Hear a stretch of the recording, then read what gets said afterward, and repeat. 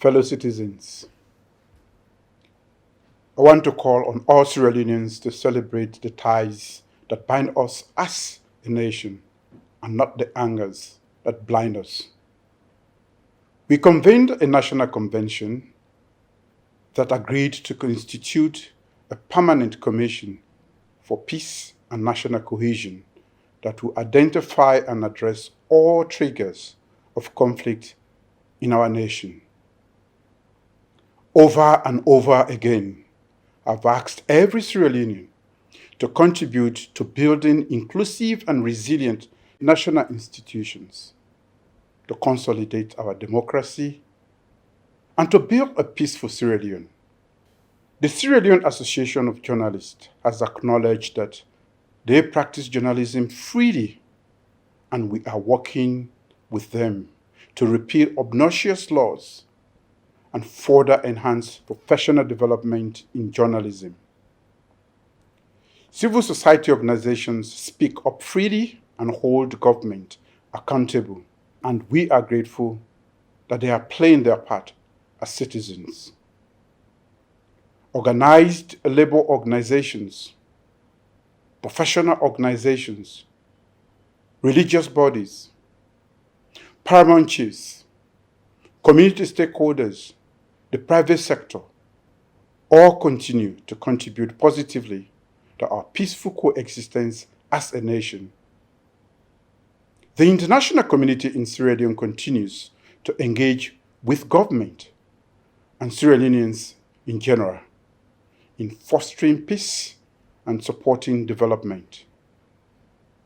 In this holy month of Ramadan, Sierra Leoneans, irrespective of ethnicity and political party, buy and sell in the same markets, live peacefully on the same communities, and break fast and worship Allah subhanahu wa ta'ala together and in peace. Presently, Sierra Leone is contending with COVID-19 that has already killed over 200,000 people worldwide, including Sierra Leoneans at home and abroad. We will remember them and their families. We will also continue praying for our compatriots and their families who are currently battling with this highly infectious and deadly disease. I thank and urge all my fellow Sierra Leoneans to continue complying with all hygiene and public health directives as we work hand in hand to rid this country of the coronavirus. I also call for solidarity and cooperation from all well-meaning Sierra Leoneans across this great nation to join us in informing and mobilizing our communities to prevent, curtail, and protect against COVID-19. It is at times like this, in our country's greatest need, in our country's greatest hour of need, that we should all voluntarily stand up for our shared values, our common destiny, and the only place we call home. When Ebola ravaged our nation, I did not wait for an invitation or a telephone call to lead my party's social mobilization fight against Ebola. I traveled to every part of this country that was accessible to me and delivered a message that was in consonance with the government's strategy and objective in fighting Ebola. That is what serving the national interest is. Not waiting to be begged pleasantly to serve your country and putting your country's interest always above all else. As president, I've reached out to all Sierra Leoneans to work together to make this country a peaceful place for all of us. I dispatched the Honorable Vice President to former President Ernest Bai Koroma to initiate dialogue on fostering peace and resolving the acrimony of division. I follow that with a personal invitation of the entire leadership of All People's Congress Party to State House, including the former President Dr. Ernest Bai Koroma, to discuss the way forward for peaceful and unified Sierra Leone. In the post-meeting Memorandum of Understanding, we resolved on working urgently on building a united and cohesive Sierra Leone, free of patronage, threats, hate, virulent partisanship, and corruption. But within those 2 years, there has been an unrelenting barrage of attacks against the state officials, public and private persons, and properties. This harkens back to a public threat issued by the losing presidential candidate that the All People's Congress Party will make the country ungovernable. One would therefore expect that the leadership of the All People's Congress will, like the leadership of other political parties in Sierra Leone, would have publicly and staunchly condemned as well as dissociated the party from any person or groups of persons who incite hate, associate with, and support violence, or participate in violence against the state. They have not. Instead, the leadership has made public statements that have heightened tensions. Evidence emerging from investigations have named known local leaders and members of the APC as being responsible for inciting, planning, financing, mobilizing, and in some cases actively participating in violent terrorist attacks against the people of this country. The silence of the national APC leadership on the activities, participation of their membership and executive members in these acts of terrorist violence, senseless loss of lives, injuries, and wanton destruction of public and personal property is truly disconcerting. And let us be very clear, citizens. The actions of these persons are not peaceful political expressions, as one expects in a democracy. Their actions are carefully planned, coordinated, well orchestrated and executed acts of violent terrorism targeting the state officials, public buildings, and private persons and property. Like tourists elsewhere, they even record their acts with telephone cameras, run self-valorizing commentaries on their acts of extreme violence and killing, and share those synchronously in WhatsApp forums. For each of the attacks at Longsa, Feredugu, Tombo, and the prisons breakout at the Pademba Road Correctional Center, known agents and associates of the All People's Congress Party have publicly predicted the precise date, target, and nature of the attacks. There is an obvious pattern. These attacks are therefore premeditated, orchestrated, and executed with a clear objective to make the state ungovernable. Persons who have been arrested are not being held because of their political beliefs or their professional work as journalists.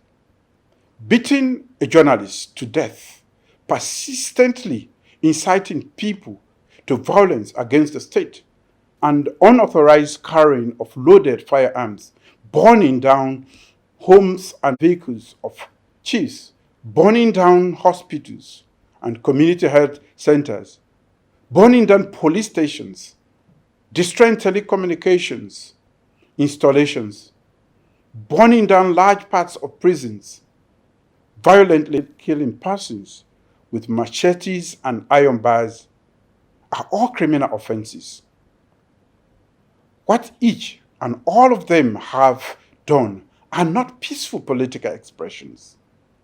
They are either being held on criminal charges or being investigated for criminal violence and terrorism-related offenses.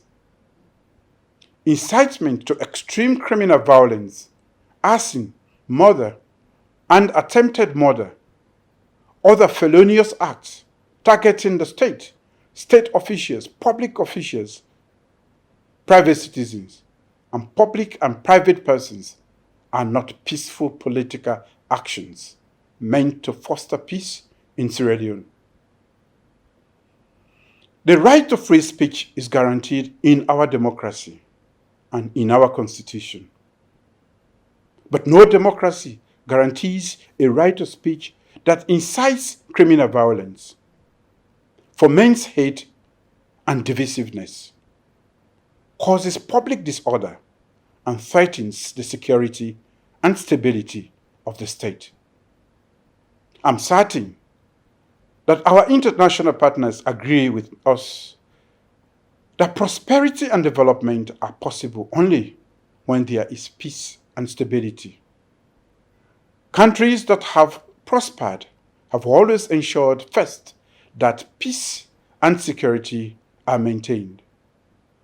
Our international partners, as moral guarantors of our peace, should therefore single out and wholeheartedly condemn persons and organizations associated with these acts of extreme violence against the state.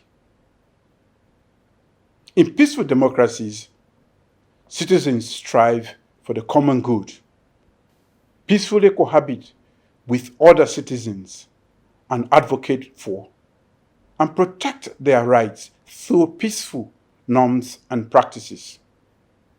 Our enforcement agencies and the justice sector will ensure that every citizen's right to due process is respected and justice is dispensed speedily and without hindrance, fear, or favor. The rule of law is supreme. No citizen, absolutely no citizen, is above the law. My government has been closely following events of the last few weeks. The security sector has closely analyzed the prime movers, financiers, causes, nature, and patterns of violent acts. Our responses are therefore well informed.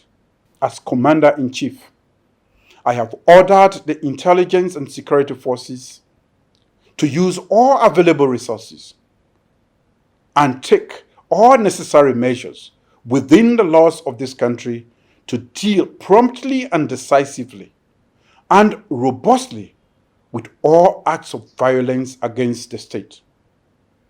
Anybody who incites, plans, supports, undertakes, or is involved in any manner of violence in this country will be dealt with harshly. We will use all instruments of state power and resources permissible under the laws of this country to deal firmly and decisively with these violent terrorist attacks against the state of Sierra Leone. I've also ordered urgent reforms within the security forces. The objective is to make their leadership more decisive, more effective in crime prevention and deterrence, and to maintain peace and stability in the face of extreme acts of terrorist violence against the state. I've called for more citizens' engagement so that communities are more intimately involved in preventing crime and the causes of crime. I want to personally encourage civil society organizations to expand their scope of work to capture these dynamics in their daily work with communities. I've also ordered urgent reforms within the correctional system to provide for safe and secure custody in line with international best practices, while developing a reintegration component focused on skills training and entrepreneurship. I am aware that the courts are closed because of COVID-19, but given the prevailing circumstances, I will appeal to the Chief Justice to consider appropriate measures to adjudicate the cases that emerge from this widespread insecurity. Equally, given the destruction to Pademba Road Correctional Center and the burning down of police stations in parts of the country, in addition to overcrowding in the correctional centers and the police cells, there is a need to think about decentralizing court hearings. In conclusion, let me restate, any act of violence will be dealt within the broad spectrum of the law. Citizens have an obligation to obey law and order. Those who think that by fomenting trouble and inciting violence in this country, they can derail and distract government from fighting corruption, attracting investors, and meeting its promise to deliver development to this nation, know now that you will lose this fight. My government will hit hard, and it will continue to hit even harder until this fight is won. Because this is a fight for the unity, stability, development, and the future of the only place we all call home. It is a fight that we must fight, and it is a fight that we must win. I thank you, and God bless Sierra Leone.